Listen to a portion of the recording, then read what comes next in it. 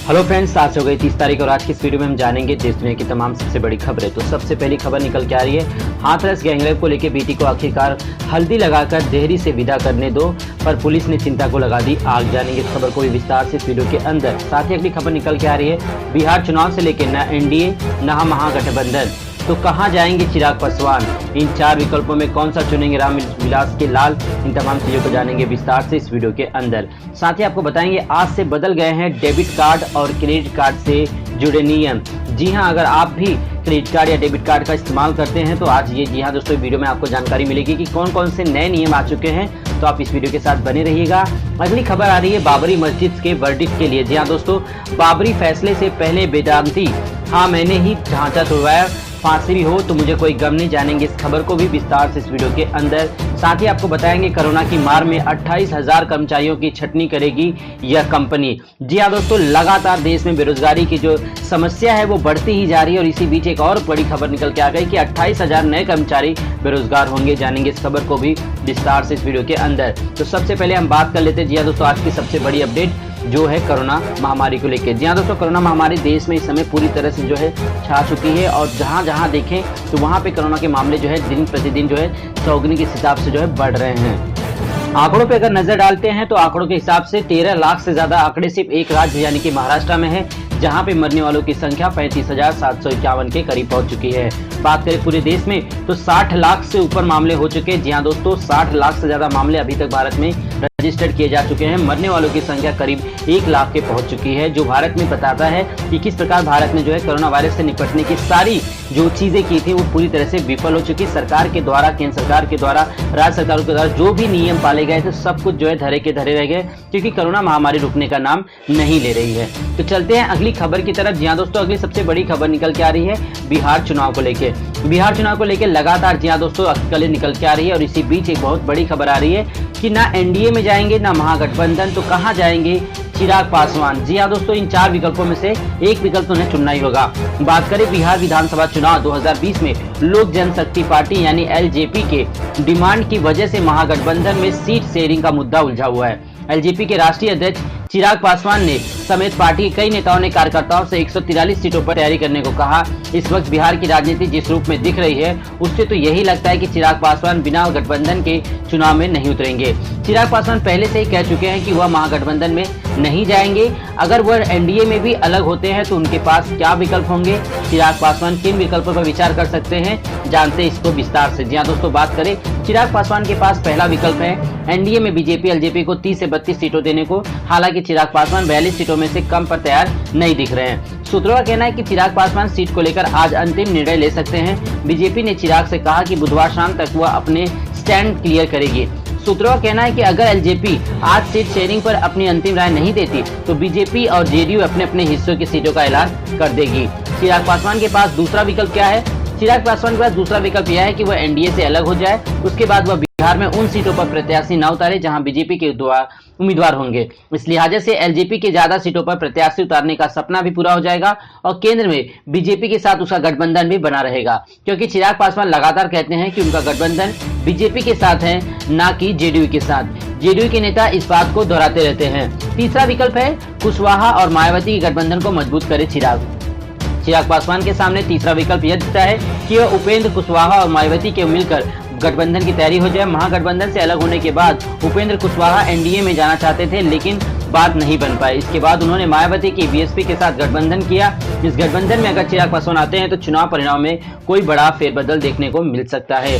बिहार में अनुमान के मुताबिक बिहार में दलित और महादलित मिलकर करीब 16% वोटर हैं। वहीं बिहार में कोयरी यानी कि कुशवाहा की कुल आबादी 6 से 7% के करीब है। इस बैंक में हिसाब लगाया जाए तो कुल मिलाकर लगभग 20 से 21% हो जाता है और इसमें करीब 5% पासवान समाज के कोर वोटर रामविलास पासवान और चिराग पासवान का साथ देते हैं। तो इस प्रकार जो है लगातार बिहार इलेक्शंस में जो है नए नए मामले सामने आते रहते हैं। तो चलते हैं अगली खबर की तरफ जो निकल के आ रही है हाथरस गैंग को लेकर। जी हाँ दोस्तों, हाथरस गैंग को लेकर एक बार फिर से देश में काफी शर्मसार करने वाली घटना हम सबके सामने आ चुकी है।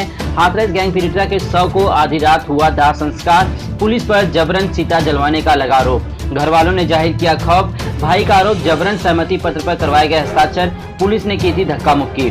कई लोगों को घर में बंद करने और उसे डराने धमकाने का भी पुलिस पर लगाया आरोप। मां ने कहा घर में अंतिम बार हल्दी लगाकर बेटी को करना चाहते थे विदा, लेकिन पुलिस नहीं मानी।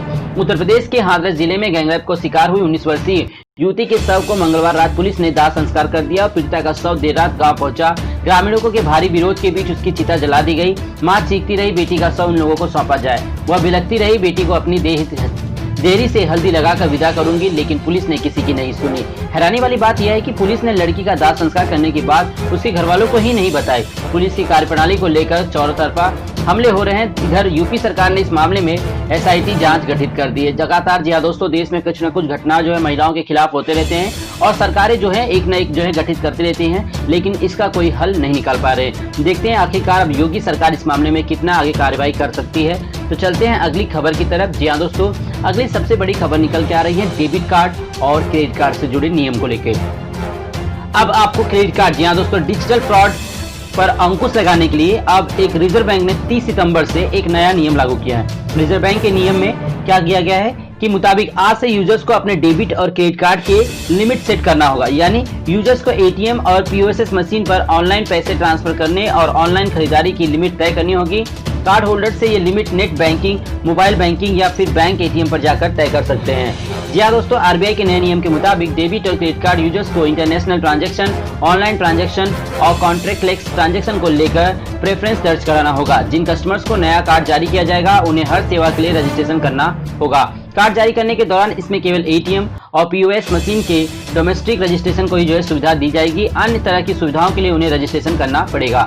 अगर आप अपने कार्ड के लिए स्पेंड और विड्रॉल लिमिट तय करते हैं तो आपके साथ साइबर फ्रॉड होता है तो ये लिमिटेड होगा। यानी कि दोस्तों, अगर साफ शब्दों में कहा जाए कि अब आपको जो है आपके डेबिट कार्ड पर और क्रेडिट कार्ड पे एक लिमिट सेट कर देंगे कि आप महीने में 40,000 रुपए अगर खर्च करते हैं, कोई 1 लाख खर्च करता है तो उसका लिमिट सेट करेगा कि मैं महीने में 40,000 से ज्यादा विड्रॉल नहीं करूंगा। तो इसका मतलब ये होता है कि अब आप उस महीने में आप चाहकर भी जो है 40,000 से ज्यादा विड्रॉल नहीं कर सकते डेबिट कार्ड से। तो ये आपके लिए अच्छा होगा कि अगर आपके साथ कुछ भी फ्रॉड्स वगैरह होता है तो आपका पैसा उतना ही खर्च होगा जितना लिमिट आपने सेट किया है, ना कि पूरा अकाउंट। तो ये अपने आप में एक बहुत अच्छी पहल है। जी हाँ दोस्तों, इससे क्या होगा कि जो साइबर क्राइम है उस पर थोड़ा अंकुश लगेगा और इससे काफी ज्यादा फायदा जो है लोगों को मिलेगा। चलते हैं अगली खबर की तरफ। बाबरी मस्जिद को लेकर जी हाँ दोस्तों, एक बड़ा फैसला आ चुका है। इसके बीच में बाबरी विध्वंस पर लखनऊ की स्पेशल अदालत आज सुनाएगी फैसला। फैसले से पहले बोले आरोपी रामविलास वेदांती किसी भी सजा के लिए हैं तैयार। वेदांती ने कहा, हमको विश्वास है कि मंदिर था और रहेगा। उन्होंने कहा कि बाबर तो कभी अयोध्या आया ही नहीं, फिर मस्जिद कैसे। बात करें बाबरी विध्वंस पर आज लखनऊ की एक स्पेशल अदालत बड़ा फैसला सुनाते जा रही है। इस केस में बीजेपी के दिग्गज नेता लालकृष्ण आडवाणी समेत कुल 32 आरोपी हैं। इन आरोपियों में शामिल राम जन्मभूमि न्यास के सदस्य मां विलास वेदांती ने फैसले से पहले कहा कि उन्हें बाबरी ढांचे का तुड़वाया है और इसके लिए अगर उन्हें फांसी भी होती है तो वह तैयार है। रामलला के लिए फांसी को भी तैयार है। वेदांती ने ऐसा बयान दिया है। वेदांती ने फैसले से पहले कहा कि हमको विश्वास है कि वहाँ मंदिर था और मंदिर रहेगा। हमने उस ढांचे को तुड़वाया, उस खंडहर को तुड़वाया, इसके लिए हमको गर्व है। ढांचा तुड़वाने के आरोप में, खंडहर तुड़वाने के आरोप में यदि फांसी होती है तो यदि आजीवन कारावास होता है तो इस रामलला के लिए जेल जाने और फांसी चढ़ने के लिए भी वो तैयार है, लेकिन रामलला को छोड़ने को तैयार नहीं है। तो आज आने वाला है फैसला बाबरी मस्जिद के विध्वंस को लेकर। देखते हैं क्या फैसला कोर्ट देती है। काफी लंबा समय बीत चुका है, 28 से 30 साल का करीब जो है समय बीत चुका है, लेकिन अभी तक इसके ऊपर कोई खास फैसला सुनाया नहीं गया है। अब बात करते हैं आज की सबसे बड़ी समस्याओं में से। जी दोस्तों, प्रधानमंत्री नरेंद्र मोदी आत्मनिर्भर भारत की बात करते हैं, डिजिटल भारत की बात करते हैं लगातार, लेकिन अगर देखे जाए आंकड़े तो बिल्कुल इसके विपरीत होते हैं। प्रधानमंत्री नरेंद्र मोदी ने कहा था कि 2 करोड़ रोजगार वो प्रति वर्ष देने वाले हैं, लेकिन बात करें अगर कोरोना काल से और कोरोना काल के पहले से तो भारत में जो बेरोजगारों की संख्या है उसमें कई गुना इजाफा हुआ है। यानी कि आजादी के बाद से अब तक भारत में सबसे ज्यादा बेरोजगार हैं। यानी ये समस्या कितनी बड़ी है आप इस बात का अंदाजा लगा सकते हैं। किसी देश का रोजगार या दोस्तों यानी युवा बैठा है घर पे और बेरोजगार बैठ के तो उसे कितना ज्यादा जी दोस्तों देश को जो है प्रगति मिल सकती है।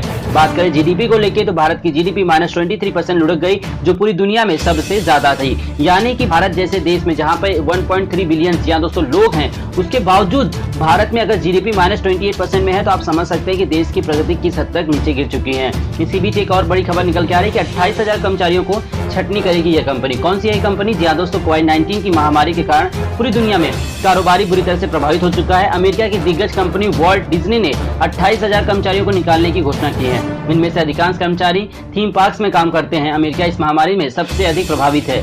भीड़भाड़ से बचने के लिए लोग थीम पार्क में जाने से बच रहे हैं। कैलिफोर्निया में पर्यटकों के आकर्षक का डिज्नीलैंड बंद हो चुका है।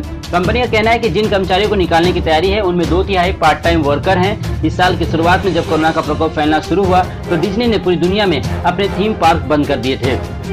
डिज्नीलैंड को छोड़कर बाकी सभी पार्क खोल दिए गए हैं, लेकिन सोशल डिस्टेंसिंग के कारण पर्यटकों की संख्या में सीमित रखा गया है, यानी कि पूरी तरह से लोग अब पार्क में भी नहीं आ पा रहे हैं। कंपनी की पार्क्स यूनिट के चेयरमैन जोसी डी अमोरो ने एक बयान में कहा था कि हमने कर्मचारियों को निकालने का मुश्किल फैसला करना पड़ा। सभी स्तरों पर कर्मचारियों को निकालने की प्रक्रिया शुरू हो गई है।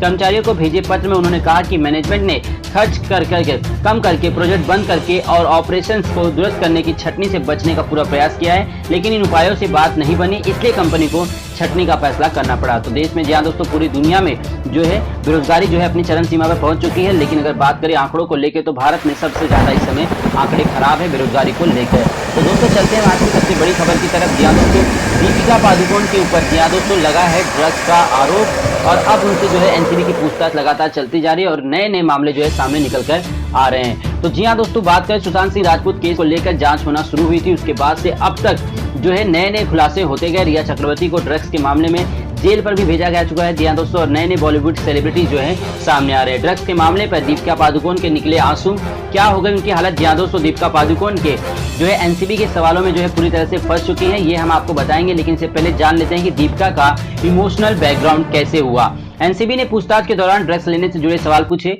अलग अलग सवालों को घुमा फिरा के पूछा गया। एनसीबी ने दीपिका पादुकोण को और करिश्मा प्रकाश को आमने सामने बिठाकर उनके ड्रग्स वाले चैट को लेकर पूछताछ की। ऐसा था सवालों का चक्रव्यूह कि निकलने लगे आंसू।